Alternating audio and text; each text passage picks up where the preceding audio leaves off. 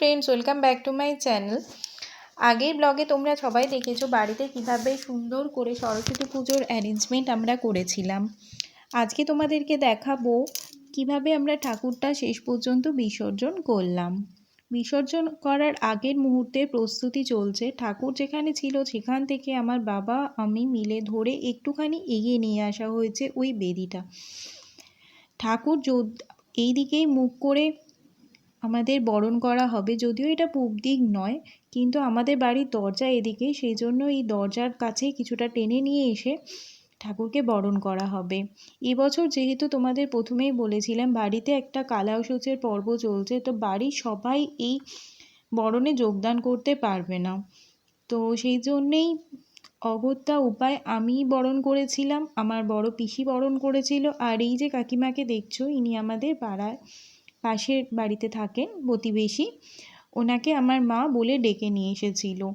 আমাদের বাড়িতে সাধারণত সবাই নিজেরাই আমরা বরণ করে নিই, কিন্তু এবছর লোকের খুব অভাব হয়ে গেছিলো। তো দেখো বরণ পর্ব চলছে, আমি শাঁখ বাজাচ্ছি, আমার পিসি জল দিচ্ছিল, আর এই যে কাকিমা তার হাতে মিষ্টি সিঁদুর এইসব ছোটো খাটো জিনিসগুলো ছিল। আমাদের বাড়িতে ছোটো করেই এই বরণটা হয়, এমন নয় যে খুব বড় কোনো আহামরি জিনিস, কিন্তু বাড়িতে আরও সবাই থাকলে 5 জন স্ত্রী থাকলে আর একটু ঠিকঠাক করে করা যেত, কিন্তু আমি তো সেরকম কিছু জানিও না, আর আমিও ঠিকঠাক বলতে পারছিলাম না।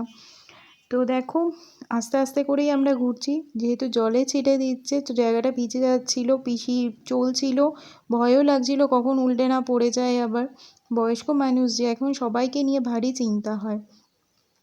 তো এই দেখো বারবার কনফিউজড হয়ে যাচ্ছিলাম যে কত পাক ঘোরা হলো। তাও আমার মা সামনেই বসেছিল, দেখে বললো সবটাই ঘোরা হয়ে গেছে, এবার তো বরণ করতে হবে। তো এই কাকিমাও ঠিকঠাক করে বরণ করতে জানতো না, যে জল ছড়া দিয়ে কীভাবে বরণ করতে হয়, তারপর মিষ্টি মুখ করাতে হয়, এগুলো পরপর কী কী করতে হয় জানতো না। তো আমার মা পেছন থেকে অর্ধেক বলে দিচ্ছিল, উলট পালট হয়ে যাচ্ছিল।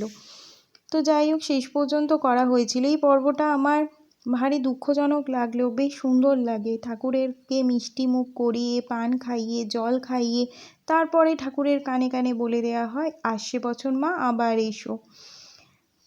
একদম সুন্দর একখানা পর্ব, কিন্তু যদিও সেটা বিদায় পর্ব তাই ভারী খারাপও লাগে, কিন্তু যে মাকে ঘরে এনেছি সে মাকে তো বিসর্জন করেই দিতে হবে, নইলে আবার সামনের বছর আনন্দের জন্য অপেক্ষা কী করে করব বলো। তো অনেকের বাড়িতেই সরস্বতী ঠাকুর 1 বছর রাখার একটা চল আছে। আমি আমার বাড়িতেই শুধুমাত্র চাঁদমালাটাই রেখে দিই 1 বছরের জন্য। এবছর যদিও সেই চাঁদমালাও আর আনা হয়নি, সেটার কারণটা আমি পরে বলবো। আসলে এই চাঁদমালাটা আমি গঙ্গার ঘাটে গিয়ে খুলি, তো এবছর সে গঙ্গার ঘাটে গিয়ে আর তা খোলা হয়নি।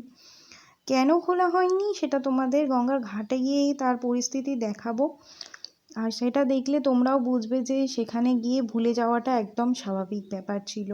তো দেখো এখানে আমি বললাম না, সবাই খুব কনফিউজড হয়ে যাচ্ছিলো। লাস্টে আমার বড় পিসি বরণটা সারলো, কাকিমা খুব কনফিউজড হয়ে যাচ্ছিলো কোনটা আগে দিতে হয়, কোনটা পরে দিতে হয়, কোনটা মানে আগুনের তাপ দিতে হয় ঠাকুরকে, মিষ্টি মুখ করাতে হয়, পান খাওয়াতে হয়, জল খাওয়াতে হয়, কোনটা আগে পরে সেটা নিয়ে খুব কনফিউজড হয়ে যাচ্ছিলো। এদিকে আমি একটা ওড়না নিয়ে চলে এসেছি, আমার মা মুখ থেকে বলে ফেলেছিল যে কনকাঞ্জলি নিতে হবে। আমি ভেবেছি আমাকে বলেছে নিতে, এবার আমার গায়ে তো শাড়িও নেই আর ওড়নাও ছিল না, তো আমি একটা ওড়না নিয়ে এলাম যে কনকাঞ্জলি নেবে। এতদিন তো আমি মা হইনি, সেই জন্য আমি কনকাঞ্জলি নিইনি, আমার জেঠিমা, কাকিমা, পিসি এরাই সবসময় নিত। তো আজকে আমি ভাবলাম বোধহয় আমাকে বললো, কিন্তু না, আসলে পিসিকেই বলেছিল, আমার শুনতে একটু ভুল হয়ে গেছিলো, তাই আমি আবার একটা ওড়নার সাথে করে নিয়ে এসেছিলাম। তো এই দেখো সবার পরে আমারও পালা চলে এসছে, আমি এবার ঠাকুরকে সিঁদুর পরিয়ে মিষ্টি খাইয়ে কানে কানে বলে দিলাম মা তুমি আবার আসছে বছর এসো। কিন্তু এই সরস্বতী পুজোটা আমাদের বাড়িতে আমি শুরু করেছিলাম, তো এই বাড়িতে এই পুজোটা আমার করার জন্য আজও এই পুজো সংকল্পটা আমার নামেই করা হয়।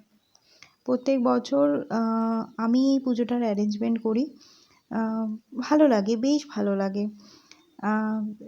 প্রথম বছর যখন পুজো হয়েছিল সেটা আমার ছোট্ট একটা ভাঁড় ভেঙে পুজো হয়েছিল, এখন সকলে মিলে চাঁদা দিয়ে সবাই মিলে একসাথে পুজোটা করা হয়, কিন্তু অ্যারেঞ্জমেন্টটা আমিই করি, আমারই পুরো দায়িত্ব থাকে এই পুজোর।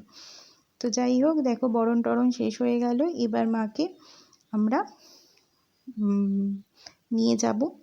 বাইরে রিক্সাওয়ালা অলরেডি দাঁড়িয়ে আছে। এত বড় ঠাকুর ভাবা হয়েছিল যে ট্রলি নিয়ে আসা হবে। আগে না বড় ট্রলি নিয়ে আসা হতো, সে মাঝারি সাইজ বা বড় সাইজেরই ঠাকুর হোক না কেন, ট্রলি নিয়ে আসা হতো। আর এই ট্রলিতে চেপে আমরা সবাই মিলে যেতাম। আমি, সেজো মা, আমার দিদির মেয়ে, আমার বাবা, মা সবাই মিলে ওই ট্রলিতে বসে কাঁসর ঘণ্টা বাজাতে বাজাতে যাচ্ছিলাম। আর এবারে তো বলেইছিলাম কাঁসরটা হারিয়ে গেছে, খুঁজে পাওয়া যাচ্ছে না, তো অগত্যা শাঁখটাই ভরসা। যদিও বোধহয় এই দিনের মধ্যে কাঁসরটা খুঁজে পাওয়া গিয়েছিল, কিন্তু কাঁসরটা শেষ পর্যন্ত নিয়ে যাওয়া হয়নি। শাঁখ বাজাতে বাজাতেই আমরা চলে গেছিলাম, কারণ ঠাকুর নিয়ে আমার বাবা অলরেডি অনেকটা এগিয়ে গেছিলো। আমরা তো ঠাকুরকে দেখতেও পাইনি রাস্তায়, আমরা সারা রাস্তা টোটো চেপে আলাদাই চলে গেছি। ঠাকুর কত আগে চলে গেছে।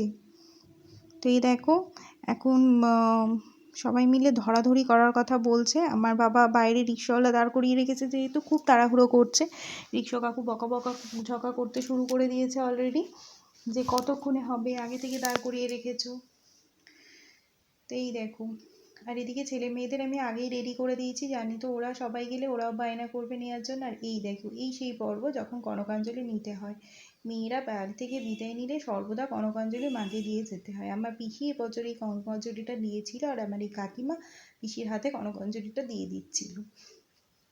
কী যে অদ্ভুত নিয়ম। যাই হোক, এই দেখো রিক্সা চেপে ঠাকুর গঙ্গার ঘাটে চলে এসেছে।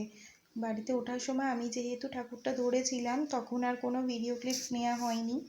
আর বাচ্চাদেরও আমি তাড়াতাড়ি করে রেডি করাচ্ছিলাম, টুপি টুপি জুতো টুতো পরাচ্ছিলাম, সেই জন্য আর নেওয়া হয়ে ওঠেনি। তো ঠাকুর অলরেডি আমরা নিয়ে গঙ্গার ঘাটে চলে এসেছি। আমরা টোটো চেপে এসেছি, আর আমার বাবা রিক্সা করে ঠাকুরকে নিয়ে এসেছে। তো এইবার হলো আসল সমস্যার সম্মুখীন। ঠাকুর তো চলে গেল, এত বড় ঠাকুর, বাবা বলছে এবার ধরতে হবে। তো আমি অলরেডি মোবাইলটাকে এবারে পকেটে পুরে আমি ঠাকুর ধরতে চলে এলাম। তো ঠাকুরটা নিয়ে আসার পর এই দেখো, কেন চাঁদমালা খুলতে ভুলে গেছি দেখো, এবার এক কোমর কাদা। এবার এখান থেকে ঠাকুর বিসর্জন কি করে হবে, বাবা একা ছেলে, আমি বা এত রেতে নামবো কি করে, আর রিক্সাওয়ালা কাকুকেও যদি বলি সেই বা নামবে কীভাবে। তো অগত্যা এই ছেলেগুলোগুলোই ভরসা ছিল। সামনে যে ছেলেগুলোকে দেখছো, যারা অলরেডি একটা বড় ঠাকুর বিসর্জন করছিল, তাকেই আমরা বললাম, তো ভাই তোমাদের ঠাকুরটা বিসর্জন হয়ে গেলে আমাদেরটা করতে একটু সাহায্য করবে। তো ওরা বললো আচ্ছা ঠিক আছে দাঁড়ান। তো ওরাই আমাদের ঠাকুরটা বিসর্জন করে দিয়েছিল। ঠাকুরটা দেওয়ার সময় আমি হাতে ধরেছিলাম বলে তার আর কোনো ক্লিপস নেওয়া হয়নি, তবে একটা সুন্দর মুহূর্তের সাক্ষী ছিলাম। আমাদের ঠাকুরটা দেখো এভাবে ভেসে ভেসে চলে যাচ্ছে। সব ঠাকুর জলে ফেলার সাথে সাথে ডুবে গেছিল, কিন্তু আমাদের ঠাকুর কি সুন্দর রাস্তা কাটিয়ে ভেসে ভেসে যাচ্ছে, মানে সাঁতরে সাঁতরে মা চললেন। চলো টাটা, আবার নতুন ব্লগে